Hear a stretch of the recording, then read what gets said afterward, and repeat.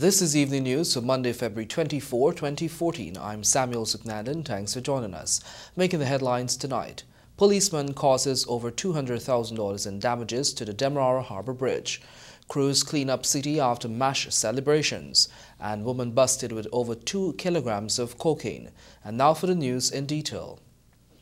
Partitions have rejected the proposed amendments by the A Partnership for National Unity, APNU, to the Anti-Money Laundering and Countering the Financing of Terrorism Amendment Bill during a town hall meeting on Friday. The meeting at the St. John the Baptist School was attended by Junior Finance Minister Juan Edgil and Legal Affairs Minister Anil Nandlal.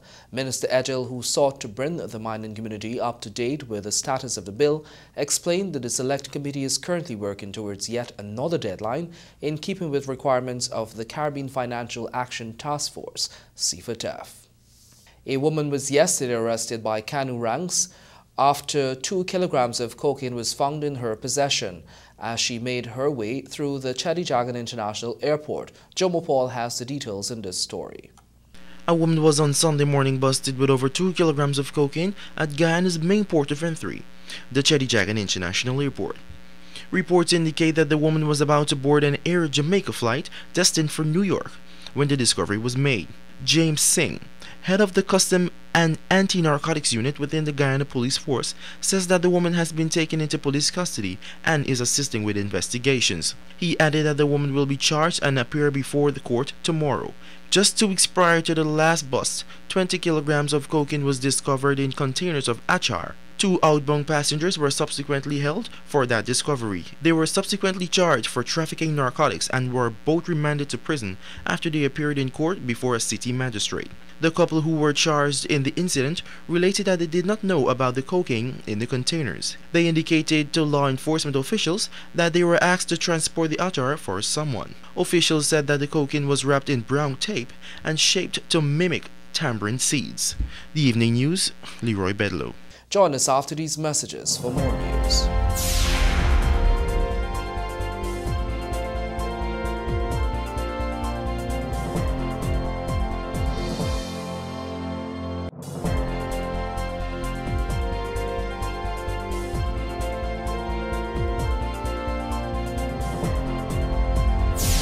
Welcome back. If you've just joined us, you're watching the Evening News.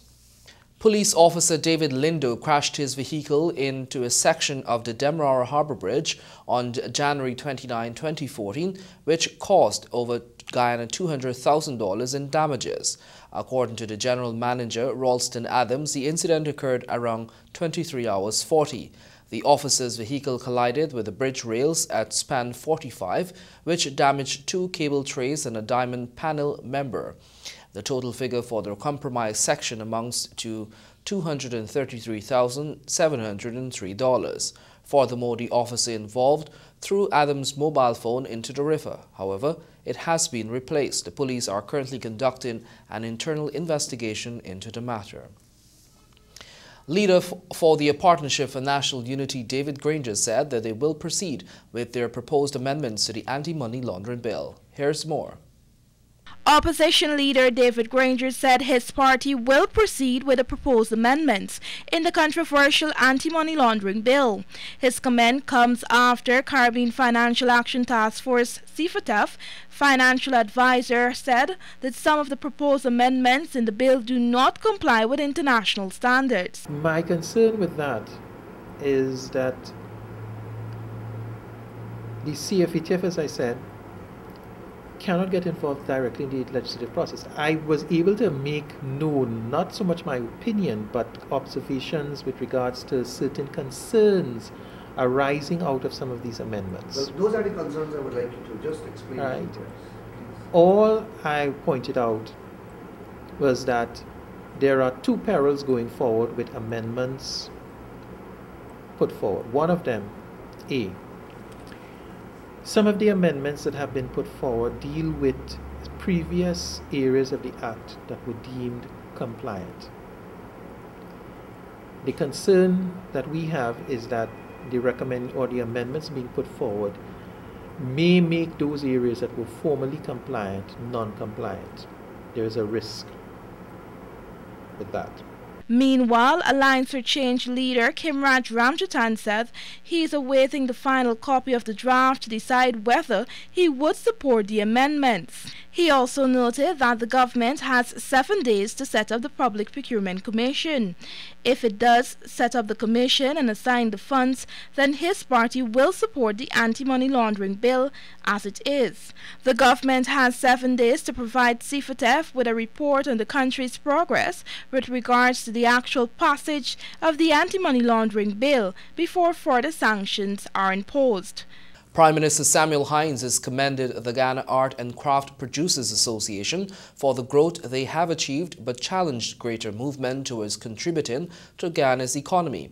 Prime Minister Hines was addressing the association's members on Friday at the Umana Yana at the closing ceremony and exhibition of a 1-month training program whereby 12 members of the association benefited from the knowledge of 2 Canadian experts in leathercraft production, Paul and Beverly Williams. The program was facilitated through a very effective and mutually rewarding relationship with the Canadian Trade Facilitation Office and the Canadian Executive Services Organization. The relationship is among many that the association has been fostering over the years towards carrying out its mandate of supporting the craft and art producers throughout the 10 administrative regions in terms of marketing, training and networking. The agreement with TFO dates back to 2011. Join us after these messages for more of the evening news.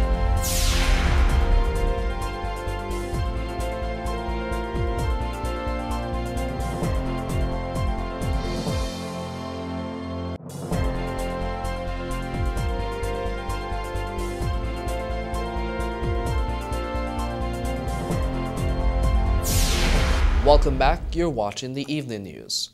Over the years, Mash Day celebrations usually have a negative impact on the general decorum of the city. Joma Paul tells us that the cleanup have been successful this year, with garbage off the streets by 3 p.m. today. Details in this report. At just about 500 hours this morning, workers from the mayor and city council were on the streets with their tools as they sought to clean up the streets of Georgetown after the Mashramani float parade and celebrations yesterday. Town Clerk Kyle Suba explained the works by the city council employees are expected to be completed during the course of the day. She added that the campaign entails several different groups working in different areas. The Mashramani celebrations got off to a good start yesterday and saw the floats arriving at the national park a lot earlier than they did in the previous years. The streets were packed to a capacity as scores of persons flocked the streets to catch a glimpse of the float parades as they made their way through the city. Some spectators were disappointed with the number of floats that took part in the parade, but were nevertheless enjoying themselves with the few that turned out. The Evening News, Leroy Bedlow. Guyanese from all walks of life turned out in large numbers to witness the traditional costume and float parade as Ghana celebrated 44 years as a republic on Sunday. Alexis Rodney has this story. Celebrated under the theme Cultural Folklore Celebrating 44, the parade kicked off at around 10 a.m. from Church and Carmichael Streets, Georgetown, and traversed along specified routes where they were judged at strategic locations. The streets were inundated with spectators, including a large number of tourists in colorful outfits. How are you feeling, sir? Good, sir. Very good. Guyana. Woo! Food and drink bars lined the roadways, providing for weary revelers. Face painters skillfully designed the faces and bodies of spectators, while others used the opportunity to sell toys and other exciting items for children. Impressive floats created to perfection saw spectators standing in awe.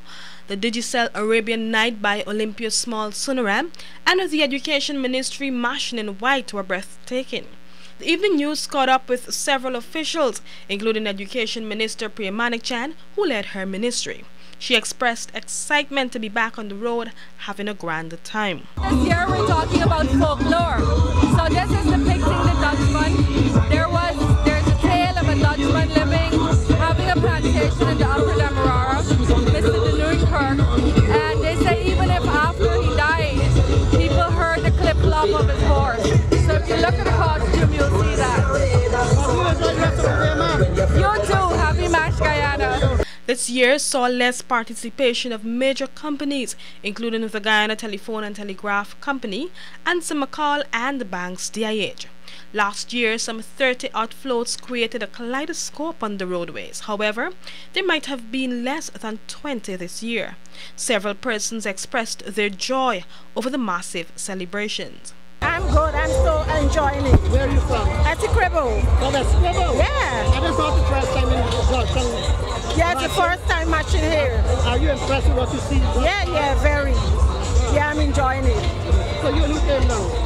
I came along with my daughter, and this is my daughter-in-law. You enjoyed it? Yeah, I will. As you can see here, we have women actually doing face painting on this Mash Day. How are you, women? I'm okay. I'm having fun. Is this a business or are you just doing it for fun? It's fun. It's fun. For the evening news, Alexis Rodney. Last week, government and civil society representatives from 8 Caribbean countries finalized country-specific strategies to strengthen their HIV programs by making them more responsive to human rights. During a 3-day workshop hosted by the Joint United Nations Program on HIV and AIDS UNAIDS and supported by the Ford Foundation, country representatives discussed cultural, social and political barriers to eliminating stigma and discrimination and increasing access to social justice. In the Caribbean, the HIV response has experienced remarkable progress. However, inequality and exclusion are hampering efforts to reduce new HIV infections and to increase the number of people on treatment. Stigma and discrimination towards people living with HIV and key populations such as sexually active young people, men who have sex with men, transgendered people, sex workers, people who use drugs, homeless people and prisoners remain a major obstacle to expanding access to HIV services. It also hinders people's ability to live full and productive lives of dignity. Join us after these messages for your sport news.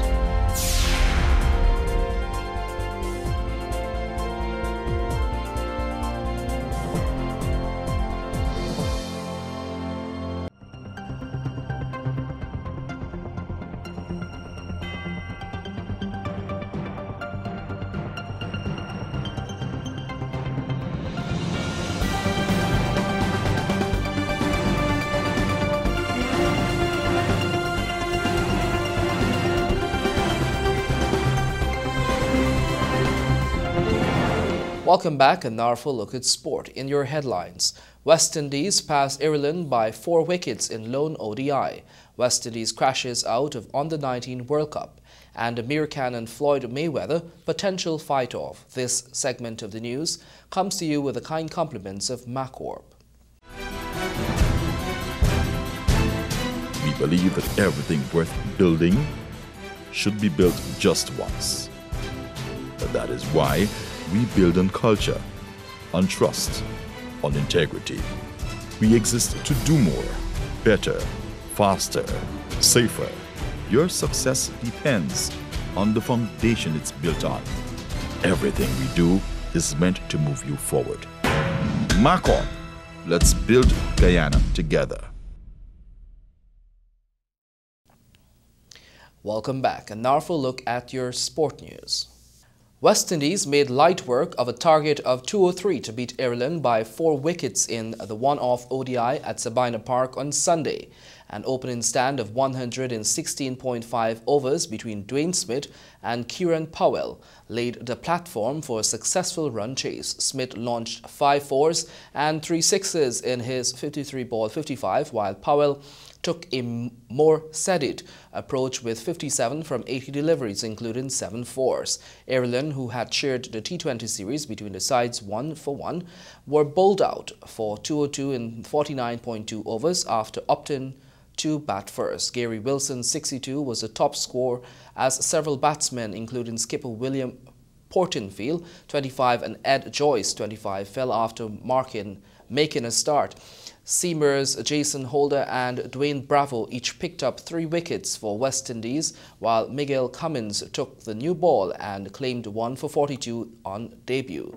West Indies' next assignment is a 3-match ODI series against England starting in Antigua on Friday. Nicholas Pooran blasted a century for West Indies on the 19, but not enough to avoid a 5-wicket defeat from Australia in the quarterfinals of the International Cricket Council ICC Under-19 Cricket World Cup on Sunday. West Indies Under-19s were bowled out for 208 after being 70 for 8 at one stage. Australia reached 209 for 5 and advanced to the semi-finals of the tournament. Man of the match made 143 from 160 balls, which included 14 fours and 6 sixes. Matthew Short, 52, and Jason Morgan, 55, gave the Australians a magnificent start with a partnership of 107 runs halfway through their victory target. It was enough to cruise home with Ben McDermott, 29, and Jake Doran unbeaten on 49 and with 20 balls to spare. Ray Jordan took 2 for 34 and Brian Charles 2 for 41. Bowling for the West Indies. Australia will join South Africa, England and Pakistan in the semi-finals, while West Indies will play Afghanistan in one of the playoff matches on Tuesday. Amir Khan has indicated that his potential fight with Floyd Mayweather will not go ahead. Khan signed a contract in December that put him in line for a possible super fight with Mayweather this year, with the American asking fans to vote on Twitter whether his next fight should be against the Bolton-born fighter or Marcus Maidana. However, in a series of tweets on Friday, Khan revealed that he would not be fighting the undefeated Mayweather, who he implied would be taken on Maidana, who's lost on points to Khan in 2010. Khan, 27, has been holding out for a lucrative clash with Mayweather since suffering a scare in his dramatic points victory over Julio Diaz in Sheffield last April. The Bolton man has a 28 for 3 record as a professional, while Mayweather has won all 45 of his bouts, including victory over the previously undefeated Ricky Hatton in 2007. Remember, you can read about these and other stories in tomorrow's edition of the Ghana Times newspaper, which can be picked up from vendors across the country. When you're not reading our newspaper or watching TVG Channel 28, remember to tune in to RGI on 89.3, 89.5 or 89.7 FM. Your Bridge reports are next.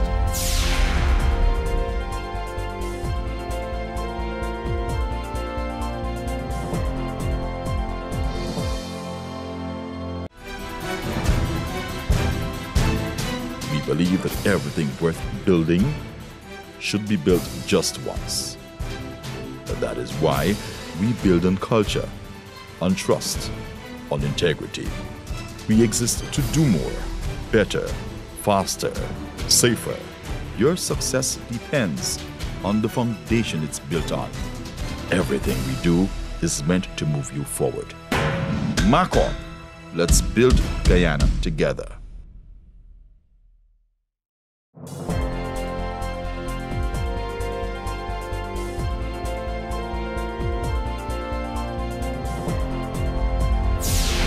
Welcome back, and now for a look at your bridge reports. The Dema Harbour Bridge will be closed on Tuesday, February 25 at 13 hours 30 for a period of 1.5 hours.